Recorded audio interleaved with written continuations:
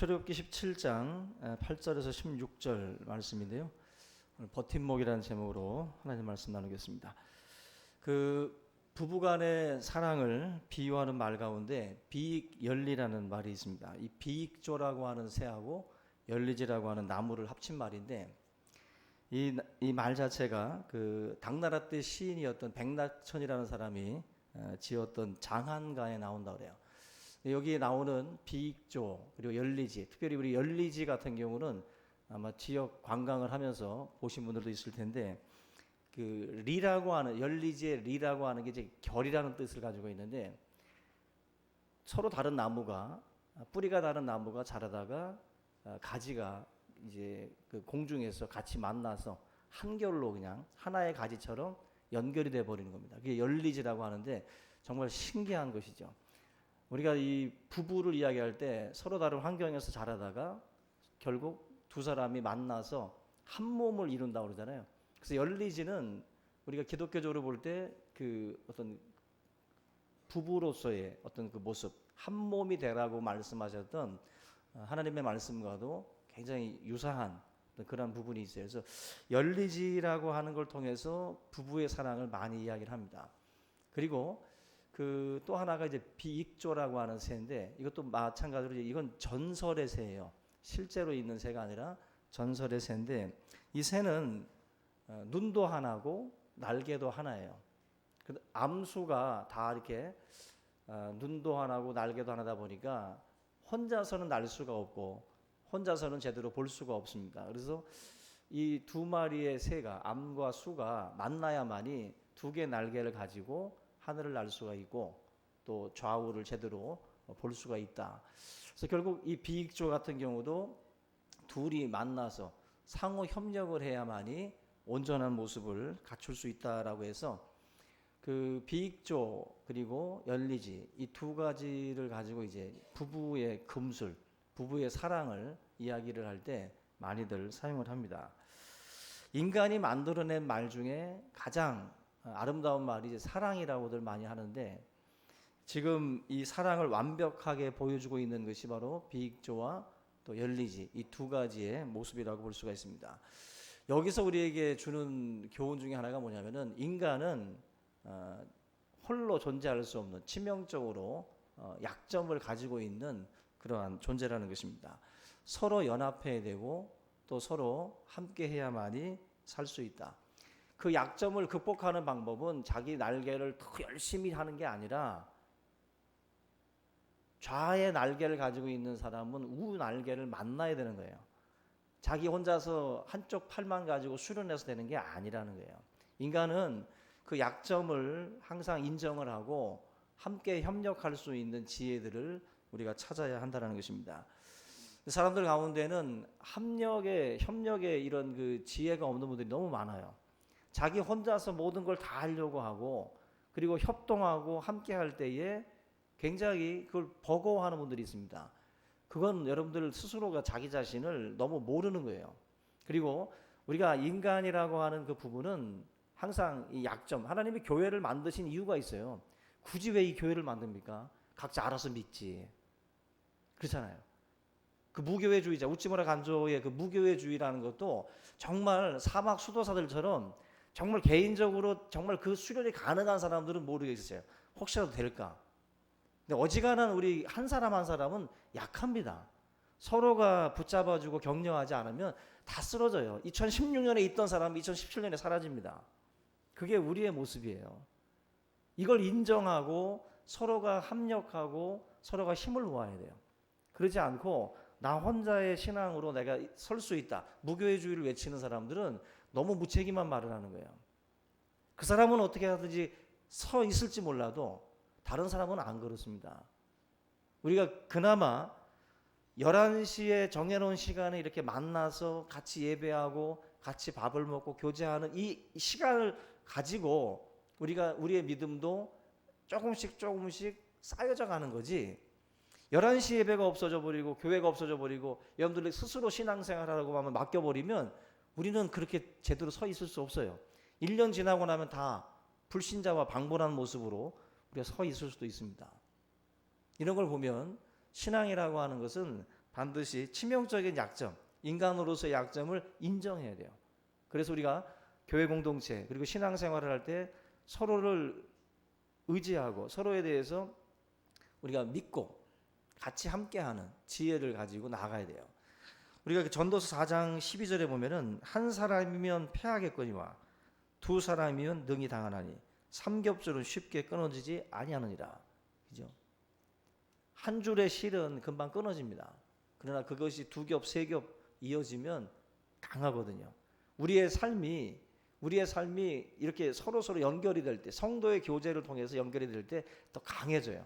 이 강함이 결국 우리를 지탱시켜 줄 수가 있어요.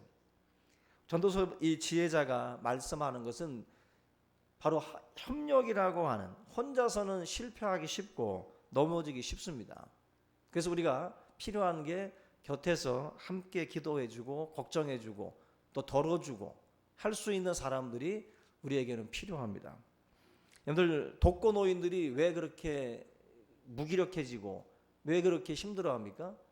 예수 안 믿는 독거노인들 엄청 힘든 거예요.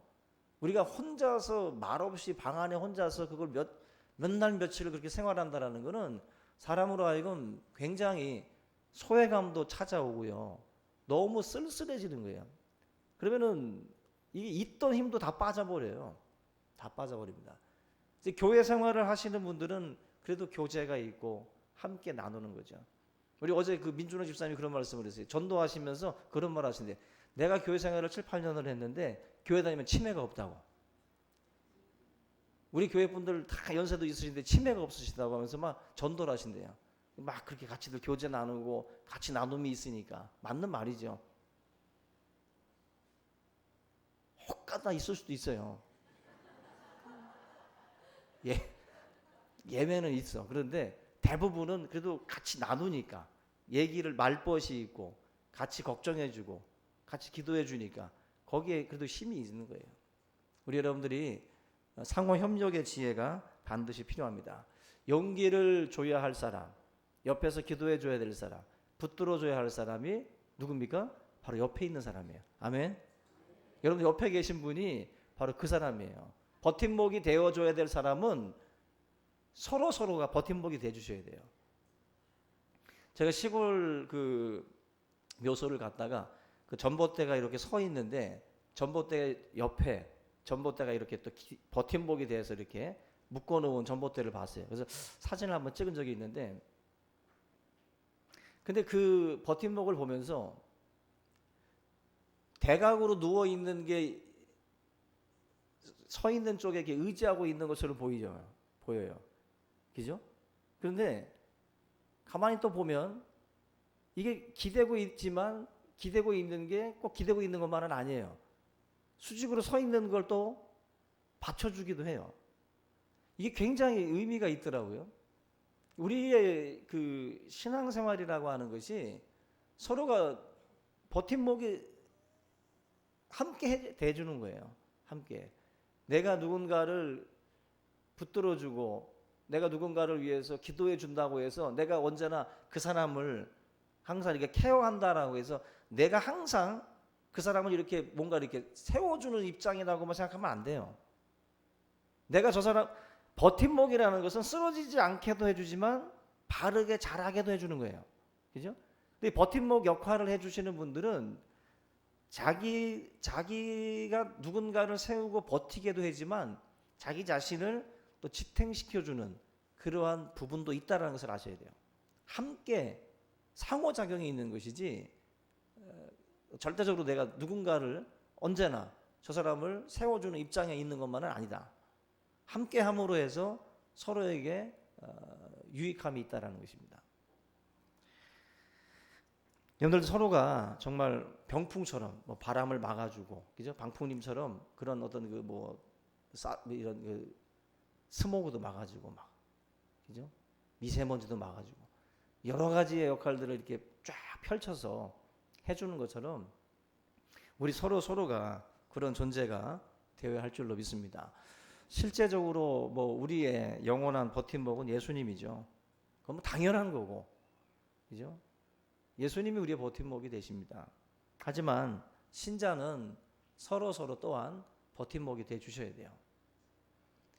이것을 우리가 항상 기억을 하고, 이 비익조, 열리지, 이런 이야기를 통해서도 결국 그 이야기가 주는 교훈이 뭐겠어요? 우리 인간은 홀로 서 있을 수 없는 존재라는 거예요. 홀로 서 있을 수 없고 서로 함께 도움을 주고 받는 거죠. 우리가 연탄 봉사하지만 그 사람들이 언제나 받는 자가 아니라 나중엔 주는 자가 될 겁니다. 우리가 받을 때도 있고 줄 때도 있는, 어떤 분들은 받는 걸 되게 또 힘들어하는 분들도 있어요. 자존심 상한다고. 그러면 우리가 거꾸로 생각하면 누군가를 줄 때 그 사람들도 자존심 상하는 거면 서로 안 주고 말아야 될 거예요. 주고받는 것을 너무 자존심 싸움으로 대입을 시켜버리면 결국 모순이 생겨요. 모순이. 서로 줄 때도 있고요. 서로 받을 때도 있는 겁니다. 그걸 서로 간에, 그러니까 우리가 나의 무너진 모습, 나의 쓰러진 모습도 그조차도 인정할 줄 알아야 돼요. 그리고 함께 할 줄 알아야 되고. 그러지 않으면 너무 완벽한 모습으로 날개가 분명히 하나밖에 없는데 그냥 난리가 혼자 날 수 있다고 막 하는 모습이죠. 그럴 수 없는데. 노를 지을 때도 한쪽에서만 노를 지면 배가 어디로 가요? 아마 뱅글뱅글 돌 겁니다. 뱅글뱅글 돌아요. 좌우에서 노를 져야 앞으로 가죠. 신앙생활이라고 하는 것 자체가 이런 부분에서 홀로 서 있는 어떤 그런 신앙이 아니라 함께 버팀목으로서 영향력을 서로 주고받는 그러한 존재들이 될 수 있기를 주님의 이름으로 부탁을 드립니다. 오늘 본문은 이 이스라엘 백성들이 겪었던 최초의 전쟁인데, 홍해 사건 이후에 가장 힘든 그 시험이라고 보시면 돼요. 아말렉 족속은 에서의 후손입니다. 에서의 후손인데, 이 에서의 후손이 그 아말렉 족속이에요. 이 아말렉 족속이 이스라엘 백성들이 이제 그 광야를 지나오는 동안에 후미에서 가장 힘든 시기에 후미에서 이스라엘 백성들을 기습을 했던 그 족속이 바로 이 아말렉 족속입니다. 살상과 약탈을 일삼았던 족속이에요. 근데 이 르비딤에 도착했을 때 모세가 여호수아를 앞세워서 그들과 전쟁을 벌이게 됩니다. 그리고 자신은 아론과 훌을 데리고 산으로 올라가서 손을 들고 기도합니다. 전력상으로 이스라엘이 아말렉을 이길 수가 없어요. 아말렉은 그야말로 우리가 야곱과 에서는 사냥꾼이잖아요. 그리고 그 에서의 후손들이기 때문에 아주 광야에서 최적화된 몸들이에요. 그래서 이 전쟁이라든지 이런 거에 있어서 이스라엘과는 비교가 안 되는 족속입니다. 그런데 이 아말렉 족속과 이스라엘이 붙은 거예요. 이길 수 없는 싸움입니다. 분명히 전력상으로 상대가 안 돼요. 노예 생활만 하던 사람들이 무슨 전쟁 기술이 있겠어요? 없습니다. 전쟁에서 패할 수밖에 없는데 모세의 명령에 따라서 여호수아의 어떤 그 인도 아래 이 아말렉과의 전쟁이 벌어진 것입니다. 한 가지 특이한 점이 바로 전세를 좌우하는 것이 전장에서 싸우고 있는 여호수아가 아니라 뒤에서 기도하는 모세에게 있다는 거예요. 이 전장의 승패가. 이게 이 본문 말씀의 특이한 점인데, 마치 모세가 원격 조정을 하는 것처럼 그 전쟁에서 손을 들면 이기고 손이 내려오면 져요. 그리고 안타까운 이 상황에서 그 광경을 지켜보던 아론과 훌이 모세의 팔을 내려오지 않도록 받쳐줌으로 해가지고 이스라엘 백성들이 결과적으로는 승리를 거두었다라는 내용입니다.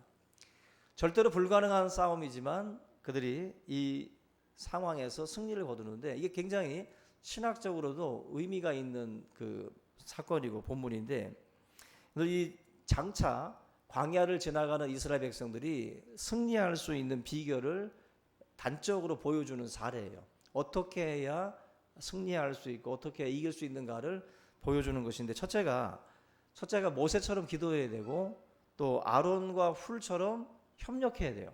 그리고 세 번째가 바로 여호수아처럼 맡겨진 일에 최선을 다해야 됩니다. 이 세 가지가 어우러졌을 때 승리할 수 있다. 2017년도도 우리에게는 광야예요. 가보지 않은 땅이니까. 이 2017년도에 우리가 또 승리하려면 이 세 가지를 기억하셔야 돼요. 모세와 같이 기도하셔야 되고, 아론과 훌처럼 협력해야 되고, 그리고 여호수아처럼 맡겨진 일에 최선을 다해야지.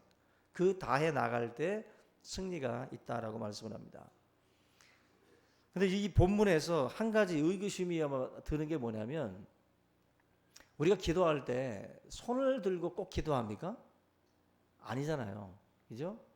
손을 내리고도 기도할 수 있고 그냥 눈만 감고 기도할 수도 있는데, 왜 하나님이 이게 신학적으로 보면 이 기도의 형식이 그렇게 중요하지 않거든요. 기도의 형식이라는 게 꼭 그렇게 뭐 눈을 감고 두 손을 모으고 꼭 그렇게 기도할 필요는 없어요. 어떤 그 형식을 떠나서 하나님과 1대1로 독대하는 그 상황이기 때문에 그런 어떤 그 형식적인 것에 너무 매일 필요는 없습니다. 그래서 하나님 앞에 모세가 기도한다면 굳이 손을 안 들고 기도해도 되는 거 아니에요. 여기에서 이런 어떤 손을 만큼 중요한 게 있고, 좌우에 하나님이 손들어 기도시킬 필요 없어요. 이 본문에서 더 중요한 게 있어요. 바로 이 여호수아는 밖에서 뛰고 승리를 가져오게 하셔요. 그런데 협력할 줄 모르면 안 마세요. 네, 미리암의 남편이 훌이라는 말들이 있어요. 빛남이라는 뜻이. 훌은 나왔다가 모세나 사람의 이 비중과 비교 이 하는 사람들은 없어요. 제가 그 손이 1승을 올리는데 그 1승 2승이 기도요. 했던 이 훌, 나중에 시문대로 거둔다라고 하는 하나님이 이 훌의 자손을 축복하. 그래서 여러분들 그 성경에 보면은 부스라는 사람이 있어요. 오홀리아 바로 때 총감독이 총감독으로 세워 얻는 바로 훌에게 대해서 하나님이 축복합니다. 누군가에게 몰라도 하나님은 기업의 삶에 또 가정이 있을 줄로 믿습니다. 지고 걸어갔잖아요. 예수를 다 구원받아요. 하나님을 통해서 우리 서로 가졌으면 좋겠어요. 기파조라는 뚱아리인데 머리가 둘 달린 새. 주인이 먹을 이를 갈다가 독금 죽어요. 알고 보니까 였는데 한 볼에 그 고리 각 지체라고 그래서 한 몸이에요. 걔들 한 몸이지. 죽이면 자기가 죽는 거예요. 자기가 눈이 머는 거예요. 누구 좋으라고 하는 게 아니라 할 때 내가 살아가고 자꾸 자신이 망하는 거예요.